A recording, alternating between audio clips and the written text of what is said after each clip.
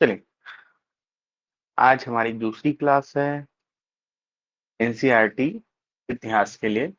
और last class में हमने चर्चा की थी इतिहास के एक परिचय पर, है ना, जहां पर हमने इतिहास को देखा था कि उसका क्रमिक जो चरण है वो किस तरीके से होगा, है ना। और देखो,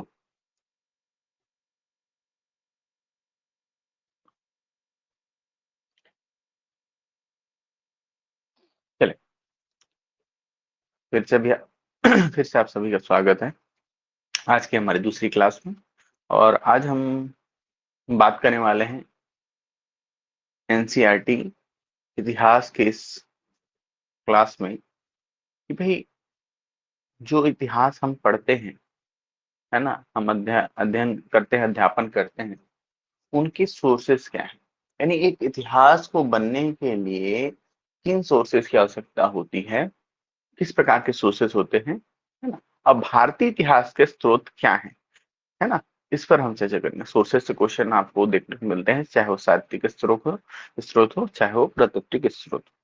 ठीक है, स्रोतों से ही हमें पता चलता है कि इतिहास किस तरीके से बनता है। ठीक है, चलिए आज उसी पर ही हम यहाँ पर बात करने वाले हैं। देखो, किसी भी व्यक्ति, समाज अथवा देश से संबंधित महत्वपूर्ण, विशिष्ट व सार्वजनिक क्षेत्र की घटनाओं, तथ्यों आदि का कालक्रमिक विवरण इतिहास कहलाता है। यानी इतिहास की एक परिभाषा है कि अतीत की घटनाओं का, है ना, कालक्रम के आधार पर क्रमबद्ध अध्ययन। अगर इसको एक परिभाषा के रूप में देखें, है ना, कि भाई इतिहास जो है वो क्या है, अतीत की घटना है ना। और इस अतीत की घटनाओं का इसके आधार पर, कालक्रम के आधार पर कैसा अध्ययन, क्रमबद्ध अध्ययन, है ना। सबका काल सेट होगा, है ना, टाइमिंग सेट होगी, और उसके आधार पर हम सिक्वेंशियल, है ना, क्रोनोलॉजिकल जो है स्टडी करते हैं, है ना। और कैसे स्टडी करते हैं, साइंटिफिक स्टडी करते हैं, है ना। ठीक है ना। कैसे अध्ययन का, अतीत की घटनाओं का कालक्रम के आधार पर क्रमबद्ध व वैज्ञानिक अध्ययन क्या कहलाता है, इतिहास कहलाता है ना। वैज्ञानिक अध्ययन क्यों, क्योंकि इतिहास जो है एक सब्जेक्ट है विज्ञान का।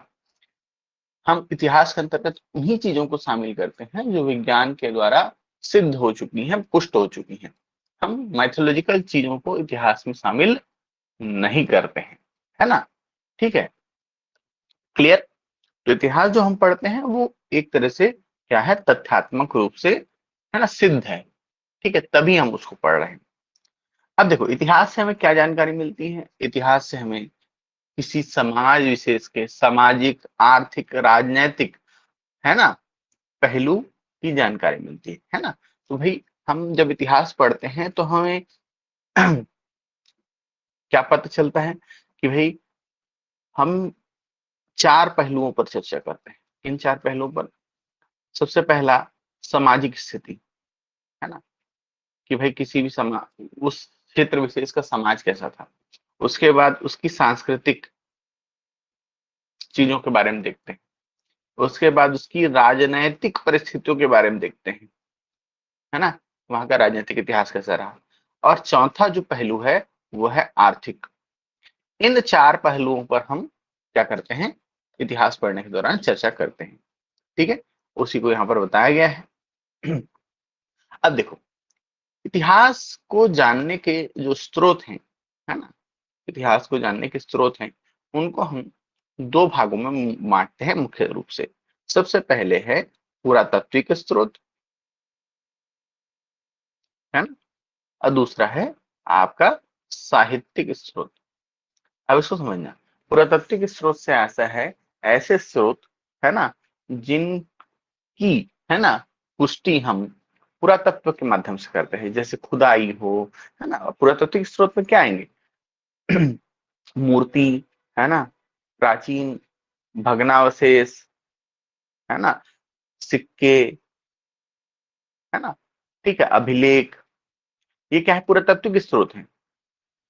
ठीक, तो इनकी पुष्टि जो है वो आर्कोलॉजिकल सर्वेस के आधार पर होती है, ये पुरातात्विक स्रोत कहलाते हैं। साहित्यिक स्रोत से आता है लिखित साक्ष्य से। कहीं पर हमको लिखित साक्ष्य मिला है कि भाई फला चीज ऐसी ऐसी है, तो क्या है, वो साहित्यिक स्रोत है। अब साहित्यिक जो स्रोत है ना, ठीक है, ये अलग अलग तरह के हो सकते हैं।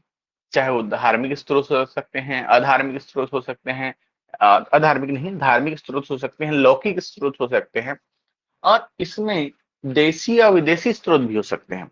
ये देश के लोगों के द्वारा या देश में प्राप्त और विदेशों में प्राप्त, है ना, तो ये अलग अलग हो सकते हैं। क्लियर है? आप देखो, अभिलेख पुरातात्विक स्रोत में क्या क्या आएगा जी, तो अभिलेख है ना, दूसरे हैं सिक्के हैं, ठीक, तीसरा जो है वो है मूर्तियां, है ना, सिक्के सिक्के बोल रहा हो तो उसमें मोहरे भी आ जाएंगी, ठीक है। चौथा है भग्नावशेष। भग्नावशेष माने जो प्राचीन खंडहर है ना, उनको क्या कहते हैं, भग्नावशेष कहते हैं, ठीक है। तो ये हो जाएगा क्लियर। इसके अलावा हम्म, आपके क्या वस्तुएं, जैसे क्या हो सकती है, बर्तन है ना, ठीक है, आभूषण है, ये किस में आ जाएंगे, पुरातत्व के स्रोत में आ जाएंगे। साहित्यिक स्रोत भी हम देखते हैं कि भाई इसमें देशी हैं और वैदेशिक स्रोत हैं। वैदेशिक माने भाई कोई यात्रा करने आया भारत के बारे में उसने लिखा, तो वैदेशिक स्रोत है। देशी स्रोतों में भी हम दो तरह के देखते हैं, है ना, कौन कौन से, आपके धार्मिक स्रोत और दूसरा होता है लौकिक स्रोत, ठीक है।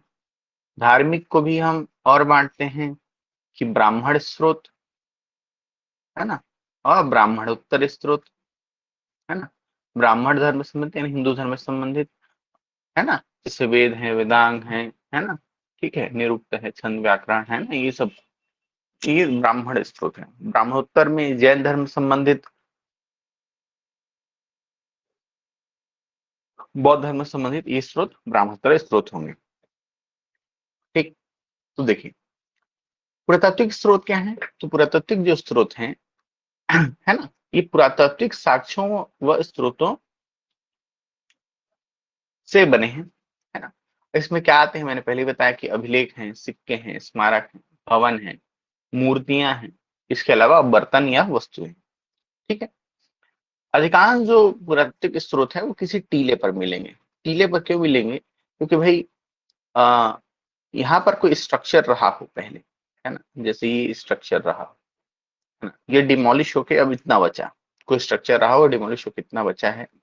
अब क्या होगा, समय के साथ इसमें मिट्टी जमते जाएगी और यह भाग जो है मिट्टी की जमने से क्या हो जाएगा, उठा हुआ भाग बन जाएगा। अब सामान्य रूप से चूंकि जो भाग है वो उठा हुआ है ना, तो यहाँ लगता है कि भाई यहाँ पर कुछ साक्ष्य रहे होंगे, तो इसकी खुदाई होती है। खुदाई के तरीके अलग अलग होते हैं, क्षैतिज खुदाई भी होती है, लंबवत खुदाई भी होती है ना। तो देखो ये जो उठा हुआ भाग है इसे हम कहते हैं क्या, टीला, क्या कहते हैं, टीला, है ना, ठीक है। अब देखो, अब जब टीले खुदाई होती है तो इसके नीचे पुरानी बस्तियों के अवशेष हमको मिलते हैं। अब वो एका सांस्कृतिक भी हो सकते हैं, मुख्य सांस्कृतिक भी हो सकते हैं, या बहुसांस्कृतिक भी हो सकते हैं, ठीक है। एकल माने एक संस्कृति, एक कल्चर को फॉलो करने वाले, है ना, ठीक है। मुख्य सांस्कृतिक माने कोई विशेष संस्कृति से संबंधित, है ना, और बहुसांस्कृतिक माने एक से अधिक संस्कृतियों के साक्ष्य भी वहां से हमको मिल सकते हैं, ठीक है। अब देखो, जब टीलों की खुदाई होती है तो लंबवत खुदाई से उसके क्या मिलते हैं, आयु का ज्ञान होता है। लंबवत खुदाई में क्षेत्र ज्यादा नहीं होता है, लेकिन इस जो क्या होगा, इतिहास की घटना, इतिहास के जो समय काल है उसके आधार पर आपको चीजें मिलती जाती है। जैसे फर्स्ट लेयर में आपको ब्रिटिश काल मिलेगा, फिर सेकंड लेयर में आपको मुगल मिलेगा, फिर उसके बाद आपको पूर्व मध्यकाल की चीजें मिलेंगी, है ना। फिर आपको क्या मिलेगा, गुप्त साम्राज्य के समय का आपको साक्ष्य मिलेंगे। फिर क्या मिलेगा, मौर्य, मौर्य के बाद महाजनपद काल, महाजनपद काल के बाद आपका आ जाएगा कहाँ पर, वैदिक काल, वैदिक काल के बाद सिंधु घाटी सभ्यता। तो इस तरह से क्रमिक आपको चीजें मिलती हैं, है ना। और यहाँ पर जो भी वस्तुएं हमको प्राप्त होती हैं, है ना, उसी उस पर्टिकुलर टाइम पीरियड पर, जैसे यहाँ पर हम मैंने बताया कि सिंधु घाटी सभ्यता, है ना, सिंधु घाटी सभ्यता के बर्तन मिले, है ना, यहाँ पर कलाकृतियां उकेरी हुई उसमें मिलेंगी। तो उसी के आधार पर उसका इतिहास क्या किया जाता है, लिखा जाता है ना, कि भाई ऐसा समाज रहा होगा, इस तरह की परंपराएं रही होंगी, या इस तरह का कल्चर रहा होगा। ठीक है। और देखो, यह जो चीज है ना, ये खोजने वाली चीज है ना, ऐतिहासिक अध्ययन वाली चीज है ना। ठीक है, इसको हम कहते हैं आर्कियोलॉजी, पुरातत्व विज्ञान। क्या कहते हैं, आर्कियोलॉजी। क्या कहते हैं, आर्कियोलॉजी कहते हैं। ठीक है। अब देखो, पश्चिमोत्तर भारत में हुए उत्खननों से, है ना, ऐसे नगरों का पता चला जिनकी स्थापना लगभग 2500 ईसा पूर्व की थी। जैसे सिंधु घाटी सभ्यता, है ना, इसकी स्थापना कब हुई थी, 2500 से 1500 की भी आपको मिलेगा सिंधु घाटी सभ्यता। ठीक है। उत्खननों में हमें गंगा घाटी विकसित भौतिक संस्कृति के विषय में जानकारी मिली है। उस समय के लोग किस प्रकार की बस्तियों में रहते थे, उनकी सामाजिक संरचना कैसी थी, वे किस प्रकार के मृदभांड अर्थात बर्तन, है ना, मृदभांड, है ना, मिट्टी के बर्तन को मृदभांड कहते हैं, जिनको पका के बनाया जाता है, टेराकोटा भी कहते हैं, है ना, मृदभांड उपयोग करते थे, किस प्रकार के घरों में रहते थे, है ना, किस प्रकार के अनाज का उपयोग करते थे भोजन के लिए, या हथियारों और औजारों का प्रयोग करते थे रक्षा के लिए, है ना। इन सब से पता चलता है कि उनकी कल्चर कैसा था, समाज कैसा था। हथियार अगर, है ना, डिफेंसिव मिलेंगे तो रक्षात्मक समाज, शांति प्रिय समाज था। एंड एग्रेसिव मिलेंगे माने क्या, युद्ध पसंद समाज था, है ना। ठीक है। वहीं पर दक्षिण भारत के कुछ लोग मृत व्यक्ति के शव के साथ औजार, हथियार, मिट्टी के बर्तन, ये सब क्या करते थे, दफनाते थे। और क्या करते थे, उनकी स्मृति में एक बड़ा सा पत्थर वो गाड़ देते थे। तो उन पत्थरों को क्या कहा गया है, मेगालिथ्स कहा गया है, महापाषाण स्मारक कहा गया है। ठीक है। आपको छत्तीसगढ़ में भी ऐसे साक्ष्य, है ना, देखने को मिल सकते हैं, चाहे वो धनौरा हो, है ना, ठीक है, या अन्य स्थान हो। ठीक है। किसी प्राचीन वस्तु में विद्यमान C14 में आई कमी को मापकर उस समय का निर्धारण किया जा सकता है। अब देखो ये बोलना क्या चाहते हैं, देखो, कोई भी वस्तु जो होती है ना, है ना,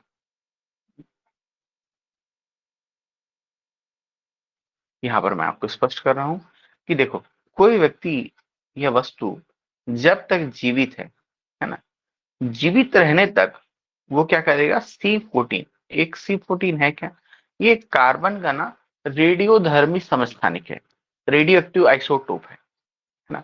जब तक व्यक्ति जीवित है तो भोजन, हवा, है ना, या पानी के माध्यम से, है ना, क्या लेते रहेगा, C14 लेते रहेगा, जब तक व्यक्ति जीवित है ना, ये वस्तु जीवित है। लेकिन जैसे ही उसकी मृत्यु होती है, तो ये जो C14 का लेना है ये क्या हो जाता है, कट हो जाता है ना। ठीक है, कब, इसकी मृत्यु होने पर। ठीक है, क्लियर है। तो C14 जब तक जीवित है तब तक समान रूप से मिलता रहता है, जिससे मृत्यु हुई C14 का मिलना बंद हो गया। तो इस जो C14 मृत्यु होने पर, है ना, जैसे जैसे टाइम निकलते जाएगा, है ना, C14 चूंकि आना तो बंद हो गया, लेकिन ना C14 का क्षरण जो है ना, उसका एग्जर्शन जो है वो क्या होता है, बना रहता है ना। तो इसी एग्जर्शन जो हुआ, उसकी कमी जो हुई, उसका क्या पता लगाकर आप क्या करते हैं, उसकी आयु का ज्ञान लगाते हैं। जैसे C14 अगर किसी व्यक्ति में आधा रह गया, है ना, आधा रह गया, तो उसकी आयु कितनी होगी, 5500 वर्ष होगी। ठीक है, कितनी? 5568 वर्ष। तो आपने इसको समझा कि भाई व्यक्ति या वस्तु या जीव जो भी जीवित है, वस्तु नहीं, जीव जो है जीवित है, एंड माइक्रो जो है वो जब तक जीवित है तब तक वो C14 लेते रहते हैं। जैसे ही वो उनकी मृत्यु हो जाती है, C14 आना बंद होता है, और उसकी कमी को गणना करके हम ज्ञात करते हैं कितनी आयु है। ठीक, तो ये आपको क्वेश्चन पूछा जा सकता है। और इस विधि को कहते हैं कार्बन डेटिंग, है ना। क्या कहते हैं? कार्बन डेटिंग, है ना। क्या कहते हैं? कार्बन डेटिंग, याद रखना। ठीक है, अगर और पुरानी वस्तुओं का पता लगाना है तो उसके लिए क्या अध्ययन किया जाता है? यूरेनियम डेटिंग का प्रयोग किया जाता है। ठीक, किसकी? यूरेनियम डेटिंग का। क्लियर है? अब देखो, आगे बढ़ते हैं अपन।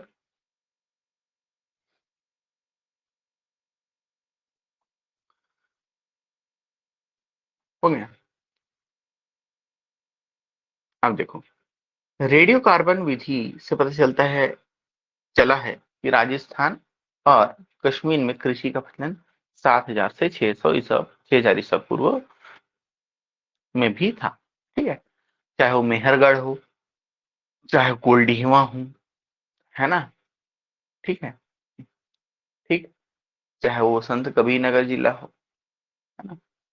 ठीक, तो यहाँ पर कृषि के प्राचीनतम साक्ष्य मिले हैं। जैसे गेहूं के प्राचीनतम कृषि के साक्ष्य आपको मेहरगढ़ से मिलता है ना। ठीक है, जबकि चावल की कृषि के साक्ष्य आपको कोल्डीहवा से मिलते हैं। ठीक, कहाँ से? कोल्डीहवा। ठीक, ये उत्तर प्रदेश में स्थित। ठीक, अब देखो, अब ये तो बात हुई जीवित वस्तुओं की, लेकिन बाय द वे, है ना, पौधों का अध्ययन करना है तो उसमें ना क्या होता है, परागों के विश्लेषण द्वारा हम क्या करते हैं, जलवायु और वनस्पति का इतिहास जानते हैं कि कैसी जलवायु रही होगी तत्कालीन परिस्थितियों में, है ना, और कैसा क्या रहा होगा, वनस्पति रहा होगा। ठीक है, परागों का अध्ययन। पशुओं की हड्डियों का परीक्षण कर उनकी आयु की पहचान की जाती है तथा उनके पालतू होने व उनके कार्य में लाए जाने का पता लगाया जाता है ना, पशुओं की हड्डियों से। और इसी के माध्यम से हम जानते हैं कि भाई, हाँ, सबसे प्राचीनतम पाला गया पशु, पालतू पशु कौन सा है? कुत्ता है ना। कौन सा है? डॉग है ना। प्रथम पालतू पशु कौन है? डॉग रहा। ठीक है, अब देखो,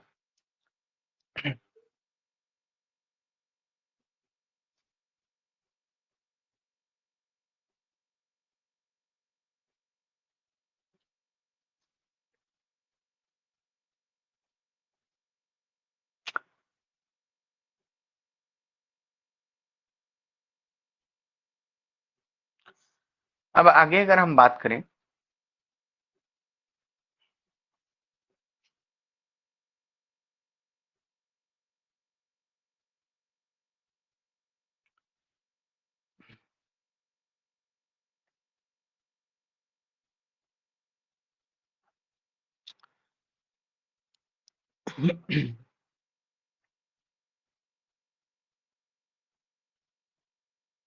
अब देखो, हमने जान लिया कि पुरातत्व के स्रोत होते कैसे हैं। अब हम बात करने वाले हैं सिक्के, है ना।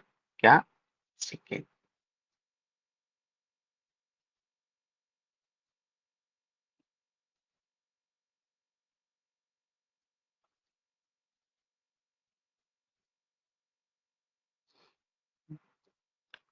देखो, सिक्कों के अध्ययन को हम क्या कहते हैं? न्यू मैथमेटिक्स या शास्त्र कहते हैं, है ना। आप क्वेश्चन पूछ जाएगा सिक्कों के अध्ययन को क्या कहा जाता है? न्यू मैथमेटिक्स कहा जाता है।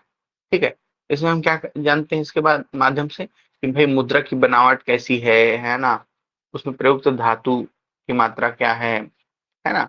ठीक है, और इससे उस काल के आर्थिक स्थिति का भी पता चलता है। ठीक है, चांदी के सिक्के, स्वर्ण सिक्के, है ना। ठीक है, अब देखो, अधिकांश जो प्राचीन काल में धातुएं थी, है ना, सिक्के थे वे मुहरे थी, है ना। और वो किससे बनाई जाती थी? धातुओं से बनाई जाती। जिन सिक्कों व मुद्राओं पर कोई लेख नहीं होता था, केवल आकृतियां विद्यमान होती थी, उन्हें क्या कहते थे? पंचमार्गिक या आहत सिक्के कहते। तो प्राचीन काल में आहत सिक्के या पंचमार्क सिक्के प्रचलित थे, है ना। पंचमार्क या आहत सिक्के किसको कहते हैं कि भाई किसी भी धातु के ऊपर, है ना, क्या करके आघात करके उसमें अगर विशेष आकृतियां बनाई जाती हैं तो उसको कहते हैं पंचमार्क या आहत सिक्के। ठीक है। भारत में पुरातात्विक खुदाई से बड़ी संख्या में चांदी, तांबे, है ना, सोने, है ना, शीशे इनके सिक्के मिले। क्लियर। भारत में मिले आरंभिक सिक्कों पर प्रतीक चिन्ह मिलते हैं, परंतु बाद के सिक्कों पर राजाओं देवताओं के नाम तथा तिथियां अंकित मिलती हैं, है ना। इसको ध्यान रखना, भारत में जब शुरुआती दौर था, है ना, तो उस समय सिक्के जो है प्रतीक चिन्ह मिलते हैं, लेकिन बाद में उसमें राजा देवी देवता के नाम अंकित आपको देखने को मिलते हैं। सिक्कों पर लेख तथा तिथियां उत्कीर्ण करने की परंपरा किसने चालू की थी? यूनानी शासकों ने चालू की थी, है ना। सिक्कों पर लेख उत्कीर्ण करने की परंपरा किसने चालू की? आपके यूनानी शासकों ने चालू की थी। इसको ध्यान रखिएगा आप। ठीक है। सिक्कों का प्रयोग दान दक्षिणा, खरीदी बिक्री, वेतन मजदूरी भुगतान, है ना, इन सब के लिए किया जाता था, है ना। भारत में सर्वाधिक सिक्के मौर्योत्तर काल के मिलते हैं। क्वेश्चन पूछेगा आपको, भारत में सर्वाधिक सिक्के किस काल के मिलते हैं? तो मौर्योत्तर, मौर्यों के पश्चात के बाद का जो काल है उसके सिक्के आपको देखने को मिलते हैं, है ना। अब देखो, इसके बाद पूछेगा कि सबसे ज्यादा स्वर्ण सिक्के किसने जारी किए? तो सबसे ज्यादा सोने के सिक्के जारी किए गुप्तों ने, जबकि सर्वाधिक शुद्ध स्वर्ण सिक्के किसने जारी किए? कुषाणों ने, है ना। अगर बात आती है क्वालिटी की तो कुषाण लेंगे सोने के सिक्कों में, क्वांटिटी की बात आती है तो आप गुप्त लेंगे।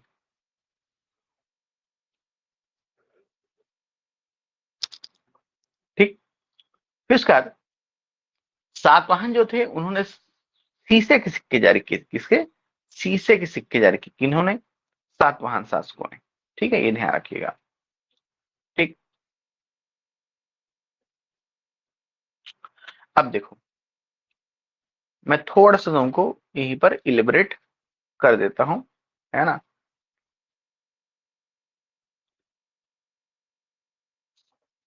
कुछ क्वेश्चंस इसके इतर हैं, जैसे एक याद रखिएगा, है ना, आ, कि सब सर्वप्रथम, है ना, सिक्कों में लेख उत्कीर्ण किसने किए? तो यूनानियों ने किए, हिंद यवनों ने किए। सर्वप्रथम से स्वर्ण सिक्के जारी करने का भी श्रेय किसको जाता है? यूनानियों को ही जाता है, याद रखना।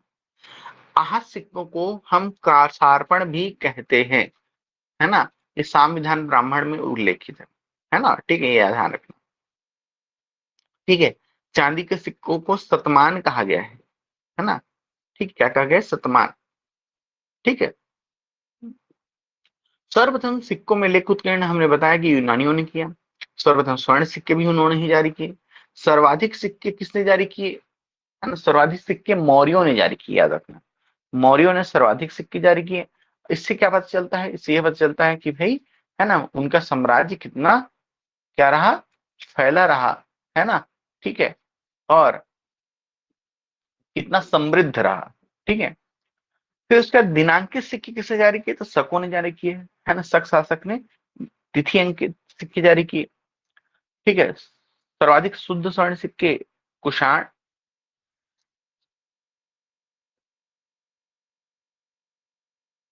124 ग्रेन के सिक्के हुआ करते थे। सर्वाधिक ताम्र सिक्के किसने जारी किए? तो विम कैटफियस था कुषाणों में, उसने जारी किए।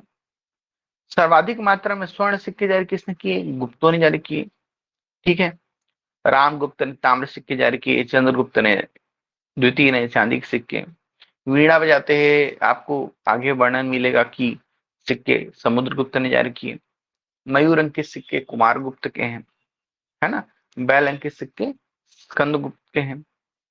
शीशे या कांच के सिक्के सातवाहनों ने जारी किए। इन्होंने भूमिदान की परंपरा भी चालू की, है ना, सातवाहनों ने। चमड़े के सिक्के किसने जारी किए? तो मोहम्मद बिन तुगलक ने जारी किए मध्यकाल में, है ना। विमुद्रीकरण भी इसी ने ही किया था पहली बार, मोहम्मद बिन तुगलक ने, है ना। ठीक है। चांदी के सिक्कों को अदली और दिनार किसको कहते थे? सोने के सिक्कों को हम कहते थे, है ना। ठीक है, प्रतीकात्मक सिक्के जारी किए मोहम्मद बिन तुगलक ने ही, है ना, इसको ध्यान रखना। हो गया, क्लियर है। रुपया जो आप आज देखते हैं, ये रुपया जो है इस शेर शाह सूरी ने स्टार्ट करवाया था। रुपया नामक जो मुद्रा का चलन है वो शेर शाह सूरी के द्वारा चालू हुआ, जो आज तक चलता आ रहा है। आना जो है शाहजहां के द्वारा चालू किया गया था, है ना। ठीक है, इसको ध्यान रखना। ठीक। लक्ष्मी अंकित सिक्के मोहम्मद गौरी ने चालू किए, है ना, मुगल शासक था। राम सीता अंकित सिक्के अकबर ने जारी किए थे, यह ध्यान रखना। ठीक है, क्लियर। मैंने बहुत सारा आपको क्या बता दिया, सिक्कों संबंधित फैक्ट्स यहाँ पर एक्स्ट्रा बताए हैं आपको। देखो, इसके बाद अभिलेख। अभिलेख जो है वो सिक्कों से ज्यादा महत्वपूर्ण है ना। ठीक है, क्यों? क्योंकि इनमें, है ना, विवरण होता है ज्यादा विस्तृत रूप से, है ना। तो देखो, अभिलेखों के अध्ययन को कहते हैं हम पूरा लेखा शास्त्र। क्या कहते हैं? पूरा लेखा शास्त्र, या एपिग्राफी कहते हैं। क्या कहते हैं? एपिग्राफी कहते हैं। जबकि इन अभिलेखों के तिथि अध्ययन को हम कहते हैं पूरा लिपि शास्त्र। क्या कहते हैं? पूरा लिपि, पूरा लेख शास्त्र, एपिग्राफी। पूरा लेख, लेख बोला, है ना। ठीक है, ये एपिग्राफी हो गया। ठीक है, ये किसको कहते हैं? अभिलेखों के अध्ययन को क्या कहते हैं? एपिग्राफी। लेकिन इसके तिथि अध्ययन को, है ना, इसकी तिथियों के अध्ययन को क्या कहते हैं? पूरा लिपि शास्त्र कहते हैं, पैलियोग्राफी कहते हैं। क्या कहते हैं? पैलियोग्राफी कहते हैं। ठीक है, ध्यान रखना। अगर सबसे प्राचीन ज्ञात अभिलेख की बात करें तो वो है हमको कहां से मिला? एशिया माइनर या मध्य एशिया में बोगाज गोई से प्राप्त हो। कहां से प्राप्त हुआ? बोगाज कोई से। इसमें क्या है? देखो, ये जो अभिलेख मिला, ये एक्चुअल में टर्किश क्षेत्र में मिला है ना, टर्की से मिला। और इसमें जो ईरानी देवता है, ईरानी जो वहां पर आपको देखने को मिलता है ना, कल्चर, उसमें दो राजा थे, है ना। हित्ती, हित्ती राजा और मितन्नी राजा। इन दोनों के मध्य संधि करते हुए दिखाया गया है चार देवताओं को। कौन कौन से देवता? इंद्र, वरुण, मित्र और नासत्य। ये चार देवता हैं। नासत्य अर्थात अश्वनी कुमार जो है ना। इन चार देवताओं को क्या बताया गया है? हित्ती अमितन्नी राजा के मध्य क्या करते दिखाया गया है? संधि करते हुए दिखाया गया है। और इसी आधार पर, है ना, चूंकि ये जो देवता है इनका वर्णन किसमें है जी? वेदों में है, ऋग्वेद में है। इसी आधार पर यह सबसे प्राचीन जो अभिलेख है ना, क्या सबसे प्राचीन जो अभिलेख है वो कौन सा है आपका? भूगाज कोई अभिलेख है जो एशिया माइनर से प्राप्त हुआ है। और सबसे प्राचीन जो साहित्य है वो है कौन सा? आपका ऋग्वेद है। ठीक है, इसको ध्यान रखना। अच्छा, आरंभिक जो अभिलेख होते थे वो प्राकृत भाषा में से। देखो, आ, संस्कृत जो है ना, ठीक है, ये सबके समझ की बात नहीं थी। तो संस्कृत के भी कई रूप थे। प्राकृत और पाली दो तरह के होते थे। तो प्राकृत जो संस्कृत होता था वो सामान्य लोगों की समझ के लिए था। जबकि पाली जो है वो अधिक साहित्यिक संस्कृत हुआ करता था। ठीक है, तो प्रारंभिक अभिलेख जो हमको देखने को मिलते हैं वो किसके हैं? प्राकृत भाषा में, है ना। ठीक है, ठीक। और कौन से काल के? ईसा पूर्व तीसरी सदी काल के हैं। ठीक है, अभिलेखों में संस्कृत भाषा ईसा की दूसरी सदी से हमको मिलने स्टार्ट हुए, है ना, संस्कृत का प्रयोग। ठीक है, क्लियर। अब देखो, यहाँ पर आपको ना चार्ट दिया गया है। चार्ट में जो मैंने बताया उसी चीज को और बताया गया है कि भाई प्राचीन इतिहास के स्रोत क्या है। साहित्य के स्रोतों में धार्मिक स्रोत, है ना, साहित्यिक स्रोत, सॉरी, धार्मिक और लौकिक स्रोत। लौकिक स्रोत के अंतर्गत ऐतिहासिक ग्रंथ, जीवनी, है ना, गल्प साहित्य, ये सब आते हैं। धार्मिक साहित्यों के अंतर्गत ब्राह्मण साहित्य और ब्राह्मणोत्तर साहित्य, जो मैंने पहले ही बताया। ब्राह्मण साहित्य में क्या आएंगे? वेद, उपवेद, अरण्यक, पुराण, है ना, उपनिषद, स्मृति, है ना, रामायण, महाभारत, ये जो महाकाव्य हैं वो आएंगे। ठीक है, और वैदिक अगर हम वैदेशिक यात्रा विवरणों की बात करें या वैदेशिक स्रोतों की बात करें, तो उसमें अलग अलग लेखक मिलेंगे आपको। यूनानी, रोमन, चीनी लेखक, अरबी लेखक। चीनी लेखक में जैसे फाहियान है, संगुयन है, वेनसांग है, इत्सिंग है। ठीक है। यूनानी में टेसियस है जो ईरान का राजवैद्य था, है ना। हेरोडोटस है इतिहास का जिसको हम पिता कहते हैं। हेरोडोटस ने ही पहली बार हिस्ट्री शब्द का प्रयोग किया था, है ना। ठीक है, इसीलिए इसको क्या कहते हैं, इतिहास का पिता कहते हैं। सिकंदर के साथ आने वाले विद्वान नियारकस है, अनसिक्स है, ऑस्ट्रियोबुलस है, ये सिकंदर के साथ आए, इन्होंने भारत के बारे में लिखा। मेगास्थनीज, है ना। ठीक है, इसकी किताब इंडिका में इसने चंद्रगुप्त मौर्य के शासन काल के बारे में जानकारी बताई। इसमें उन्होंने बताया कि भारत में 7 प्रकार की जातियों का उस समय प्रचलन था, है ना। ठीक है। डाइमेकस, है ना, ये बिंदुसार के दरबार में आया। डायनोसियस अशोक के दरबार में, याद रखिएगा, इसको बहुत अच्छे से ध्यान रखिए यहाँ से, है ना। डाइमेकस किसके काल में आया, बिंदुसार के। डायनोसियस अशोक के दरबार में आया। ठीक है।